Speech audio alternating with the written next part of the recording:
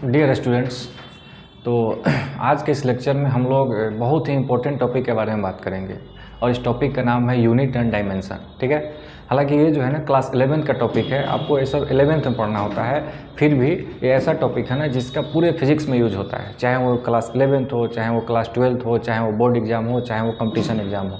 ये बहुत ही important topic है और बहुत ही आसान टॉपिक है। बिना यूनिट एंड डायमेंशन आप अच्छा से पढ़े आप जो है ना फिजिक्स का कोई चीज़ अच्छा से नहीं स्टडी कर पाएंगे। ठीक है, तो आज हम बात करते हैं यूनिट एंड डायमेंशन का। ठीक, तो आपका हेडिंग है यूनिट एंड डायमेंशन, मात्रक एवं विमा।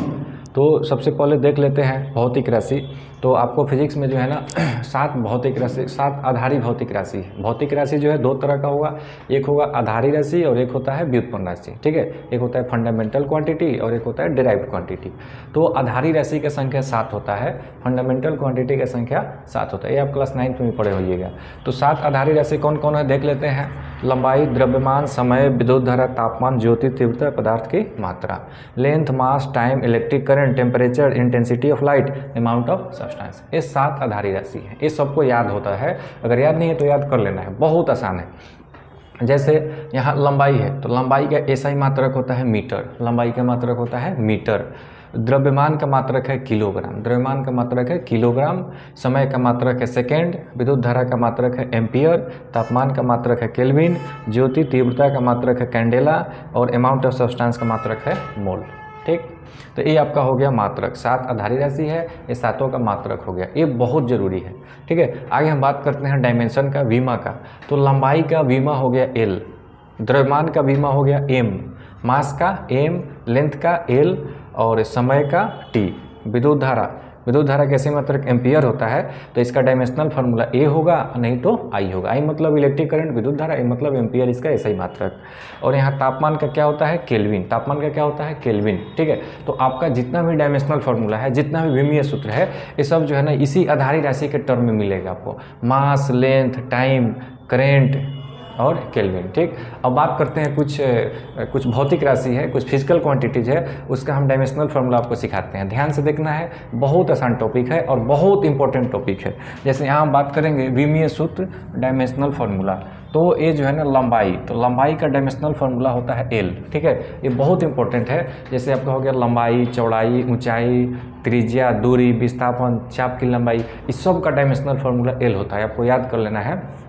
लंबाई, चौड़ाई, ऊंचाई, दूरी, विस्थापन, त्रिज्या, चाप की लंबाई, इस सब का डायमेंशनल फार्मूला L होता है। तो यहाँ लंबाई का डायमेंशनल फार्मूला हो गया L। क्षेत्रफल बराबर क्या होता है लंबाई गुनी चौड़ाई, तो यहाँ L हो जाएगा, इसका भी L हो जाएगा, L स्क्वायर हो जाएगा। फिर यहाँ से आपका आयतन है, आयतन इक्वल टू क्या होता है लंबाई गुनी चौड़ाई गुनी ऊंचाई, तो L इंटू L यानी वॉल्यूम का हो जाएगा L क्यूब। फिर यहाँ बात करते हैं चाल का या वेग का।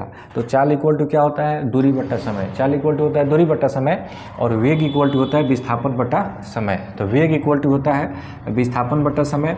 तो जैसे यहाँ पे विस्थापन है तो दूरी विस्थापन इस सब का डायमेंशनल फार्मूला होता है L। क्या होता है L, और नीचे टाइम है तो टाइम का T होता है, ऊपर जाएगा तो -1 हो जाएगा, LT का पावर -1। तो चाल या वेग का डायमेंशनल फार्मूला होता है LT का पावर -1। आप इसको याद कर लीजिएगा तो ज़्यादा बेटर होगा, क्योंकि ये जो है ना बेसिक है, ये सब आगे फार्मूला में मिलेगा तो ये याद रहेगा, तो बनाने में बहुत हेल्प मिलेगा। तो यहाँ चाल का डायमेंशनल फार्मूला LT का पावर -1 या वेग का डायमेंशनल फार्मूला LT का पावर -1। फिर आगे बात करते हैं त्वरण, एक्सेलरेशन। तो त्वरण इक्वल टू होता है वेग बटा समय, त्वरण इक्वल टू क्या होता है वेग बटा समय।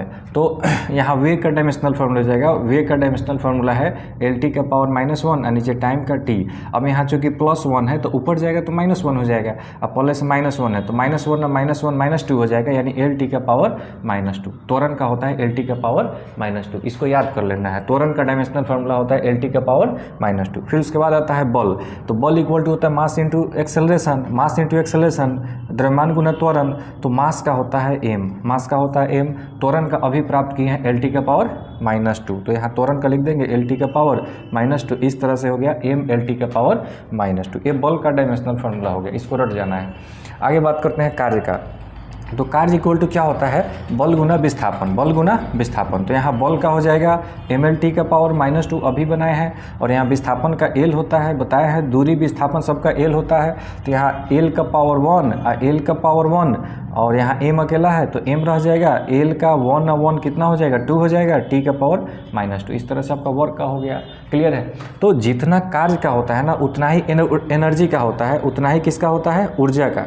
जितना विमीय सूत्र कार्य का होता है उतना ही विमीय सूत्र किसका होता है, ऊर्जा का होता है। काइनेटिक एनर्जी चाहे पोटेंशियल एनर्जी, गतिज ऊर्जा चाहे स्थितिज ऊर्जा चाहे कुल ऊर्जा, ये ऊर्जा का और कार्य का डायमेंशनल फार्मूला सेम होता है। क्या होता है, ml² t का पावर -2। ये इसको याद कर लेना, बहुत इंपॉर्टेंट है। आगे बात करेंगे संवेग का। तो संवेग इक्वल टू क्या होता है, संवेग को वेक्टर p से डिनोट करते हैं, मास इनटू वेग। तो मास का m होता है और वेग का यहाँ निकाले हैं, वेग का होता है l t का पावर -1। इसको मिला देंगे तो m l t का पावर -1 हो जाएगा संवेग का। तो जो संवेग का होता है ना वही होता है आवेग का, जो संवेग का होता है वही होता है आवेग का। आगे हम बात करते हैं आवेश। तो आवेश को q से डिनोट करते हैं, q बराबर it होता है। तो सिंपल सी बात है, I का I हो जाएगा, t का t हो जाएगा, IT हो गया। और नहीं तो इसका एक और होता है AT, दोनों होता है।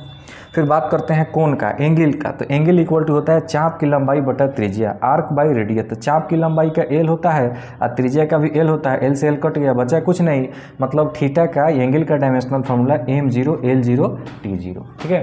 तो इस तरह से जो है ना dimensional formula, unit and dimension, ये बहुत इंपॉर्टेंट टॉपिक है और ये बहुत आसान भी है और बहुत ज़्यादा जो है ना इसका यूज होता है, कंपटीशन के एग्जाम में खूब पूछता है।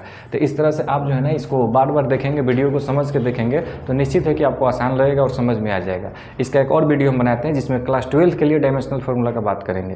तो पहले इतना जो है ना आपको याद करना होगा, समझ के इसको आपको याद करना पड़ेगा। ये सब बेसिक डायमेंशनल फार्मूला है, ये आप याद कर लीजिएगा तो निश्चित है कि आप फिजिक्स का मास्टर हो सकते हैं डायमेंशनल फार्मूला में।